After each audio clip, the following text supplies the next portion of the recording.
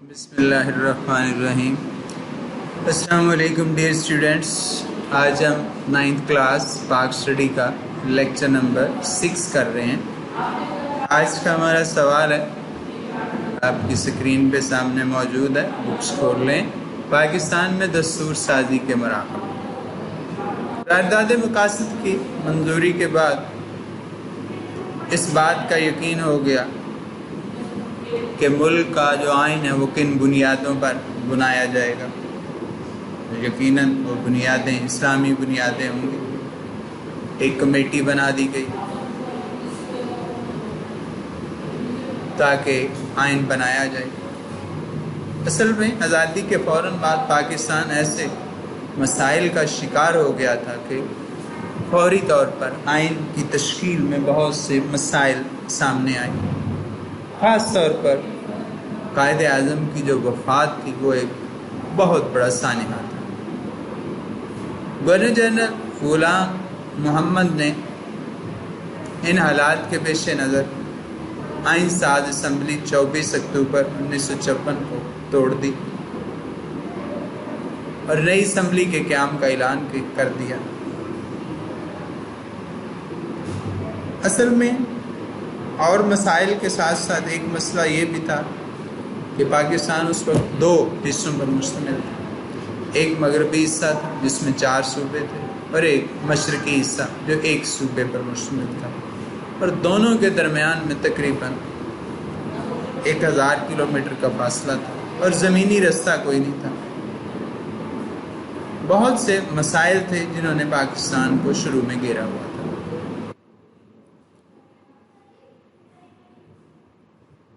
بہرحال بہت کوششوں کے بعد ایک آئین بنایا گیا جسے 23 مارچ 1956 کو نافذ کیا گیا۔ یہ تھا 1956 کا آئین۔ اس کی جو اہم خصوصیات ہیں وہ درج ذیل۔ سب سے پہلے نمبر پہ ذرا غور کیجئے گا، پاکستان کو اسلامی جمہوریہ قرار دیا گیا کہ یہ جہاں پہ ایک ایسی جمہوریت قائم کی جائے گی جو اسلام کے اصولوں پہ مشتمل ہوگی۔ ملک میں وفاقی پارلیمانی نظام ہوگا، یعنی ایک وفاق ہوگا جو اس وقت کراچی تھا، اور پارلیمنٹ ہوگا۔ اس وقت پارلیمنٹ جو ہے وہ یک ایوانی مقننہ تھی۔ اس کے بعد وہی بات جو قرارداد مقاصد میں کہی گئی تھی کہ حاکمیت اللہ تعالیٰ کی ہوگی، اور نمائندے ان حدود کے اندر رہتے ہوئے قرآن و سنت کے مطابق جو ہے وہ اپنے تمام اختیارات کو استعمال اقلیتوں کو مکمل مذہبی آزادی ہوگی۔ آئین میں اس بات کی بھی نشاندہی کر دی گئی کہ شہریوں کو بہتر زندگی بسر کرنے اور اپنی صلاحیتوں کے اظہار کے لیے مکمل مواقع فراہم کیے جائیں گے۔ اس بات کی ضمانت دی گئی اس آئین میں کہ عدلیہ جو ہے وہ بغیر کسی دباؤ کے، پریشر کے اپنے فرائض انجام دے گی، کیونکہ کسی ملک کو چلانے میں سب سے اہم کردار عدلیہ کا ہوتا ہے، اور جج جو ہیں ان کی ملازمتوں کا تحفظ کیا جائے گا۔ 1956 کے دستور کے مطابق 2 قومی زبانیں قرار دی گئیں، ایک اردو اور ایک بنگالی۔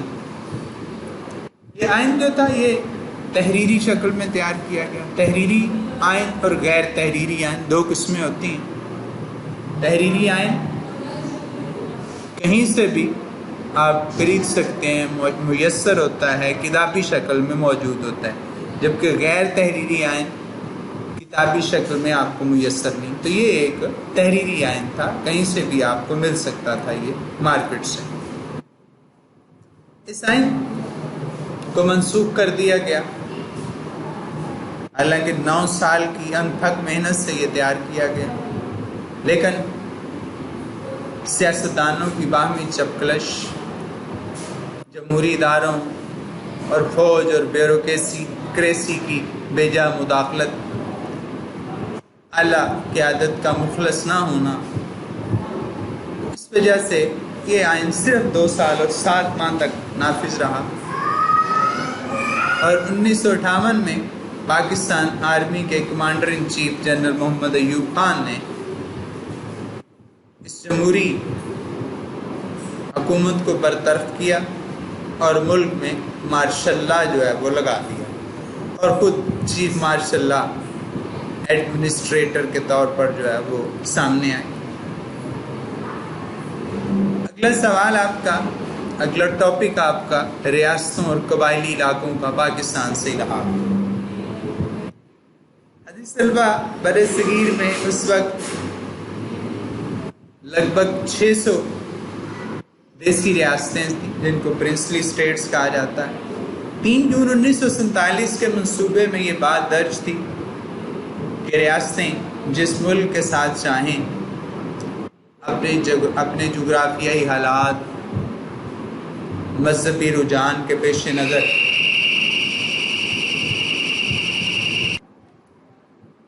جس ملک کے ساتھ شامل ہونا چاہیں وہ شامل ہو جائیں۔ ان میں سے چند ایک ریاستوں کی تفصیل درج ذیل ہے۔ ریاست جموں و کشمیر برصغیر کے انتہائی شمال میں ہے۔ قیام پاکستان کے وقت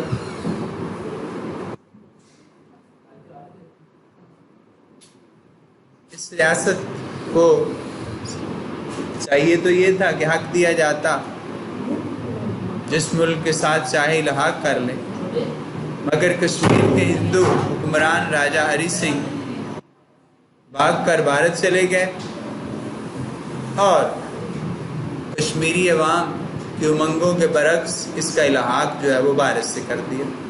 1948 میں بھارت نے اپنی فوجیں کشمیر میں بھیجی اور ناجائز قبضہ کرنے کی کوشش کی۔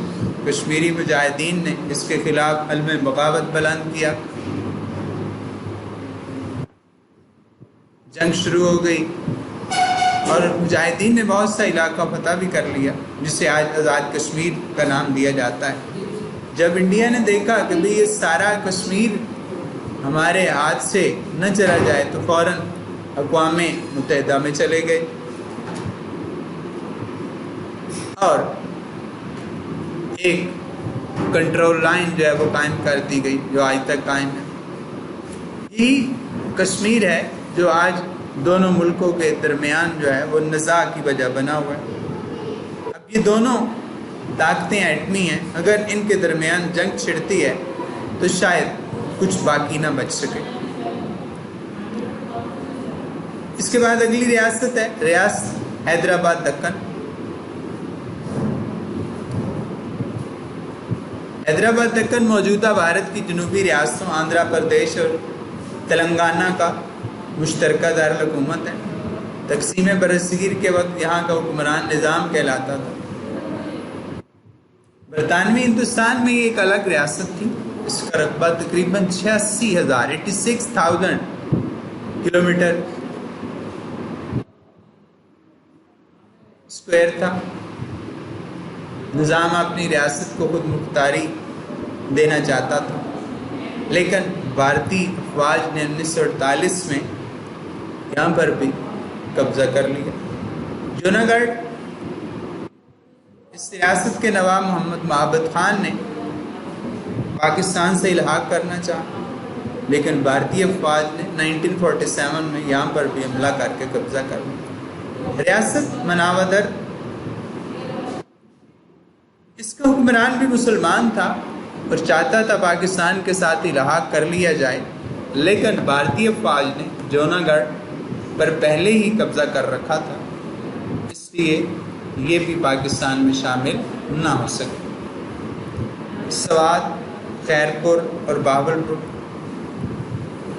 یہ پاکستان کے ساتھ الحاق کرنے میں کامیاب ہو گئی، بعد میں پاکستان کا حصہ بن گئی۔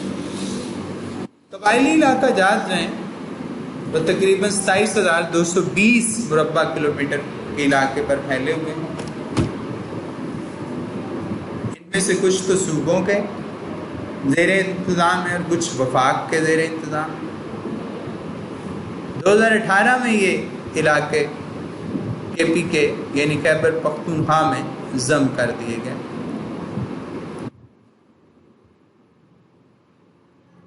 یہ عزیز طلبہ آج کا ہمارا لیکچر تھا، جس کو آپ تیار کریں گے اچھے طریقے سے۔